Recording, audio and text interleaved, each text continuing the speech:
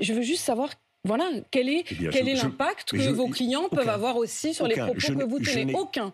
Donc les autres sont dépendants. Vous sous-entendez même que moi, je serai dépendante dans les propos que je tiens devant vous. Je vous pose une question. Je vous pose exactement la même. Vous sous-entendez que je ne suis pas libre de mes propos. Madame de Malherbe, alors, dans ces cas-là, qui sont ceux qui vous payent? Parmi ceux qui nous écoutent, personne n'est dupe. Votre seul but aujourd'hui, c'est de gagner du temps d'antenne pour m'empêcher de dire le message que j'ai à dire. Moi, je pourrais vous dire, est-ce que le message que je porte... Comment vous pouvez dire une chose pareille? Je vous ai toujours invité régulièrement. Il y a cet vous me article qui est posez des sorti questions. ce week-end. Il y a eu... Personne.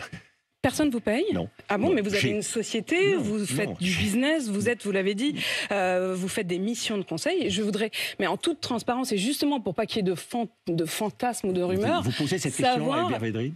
Je n'ai pas eu Hubert Védrine récemment devant moi, mais je n'hésiterai absolument pas à lui poser la question. Écoutez, alors, on a juste besoin. Puisque vous dites que l'on est dépendant de nos clients ou de nos patrons. Je ne dis pas ça. Qui sont vos clients, qui sont vos patrons? J'ai juste besoin de savoir ça, c'est tout. Mais j'ai une société qui a des activités. Par définition, quand vous avez des activités de conseil, vous ne donnez pas les noms des personnes. Mais je peux vous dire que je serai totalement prêt à le faire dans un cadre confidentiel, tout simplement parce que ça ne se fait pas et que les accords qui sont passés dans alors en réalité, normalement, les sociétés sont censées... Aucune puissance et vous le savez, il y a eu un journal... qui est derrière... mais sans être payé par les États, on peut être payé par des gens qui sont influents dans ces États. Absolument pas. Ben, écoutez, il n'y a personne de ce... Que monnayez-vous? C'est-à-dire, qu'est-ce que vous vendez? Quel conseil vous vendez? Je donne des conseils géopolitiques sur l'évolution du monde.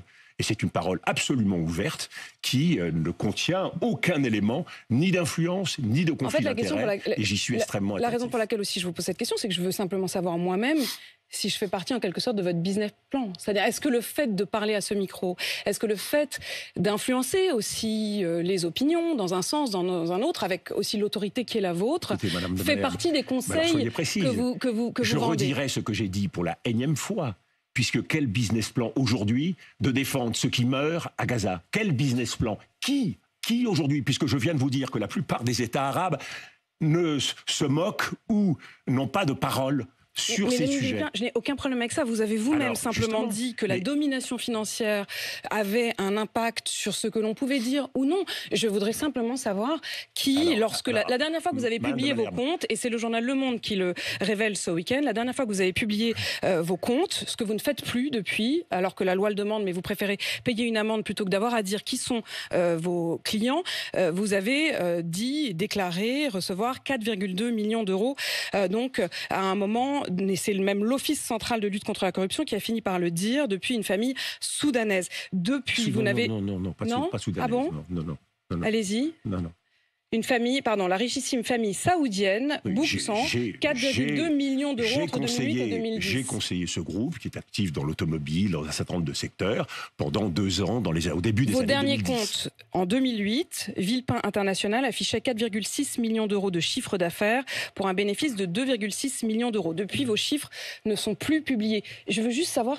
Voilà, quel est l'impact que vos clients peuvent avoir aussi sur les propos que vous tenez? Aucun. Donc les autres sont dépendants. Vous sous-entendez même que moi, je serai dépendante dans les propos que je tiens devant vous. Je vous pose une question. Je vous pose exactement la même. Vous sous-entendez que je ne suis pas libre de mes propos. Madame de Malherbe, alors dans ces cas-là, qui sont ceux qui vous payent? Parmi ceux qui nous écoutent, personne n'est dupe.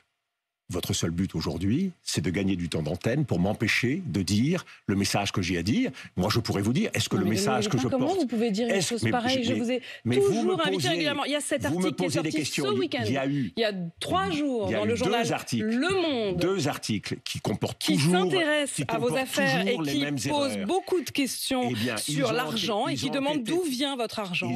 Je vous pose la même question qu'eux. Ils ont enquêté pendant 2 mois et ils n'ont rien trouvé.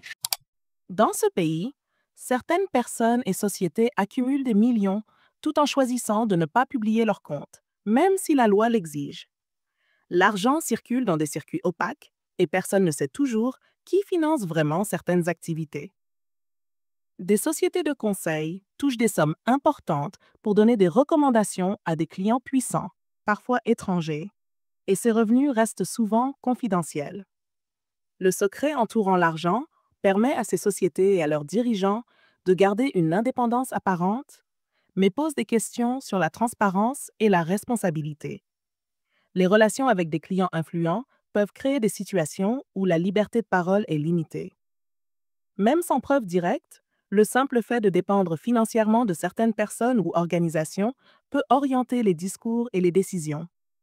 Le système laisse une place importante à cette dépendance sans mécanisme visible pour contrôler l'influence.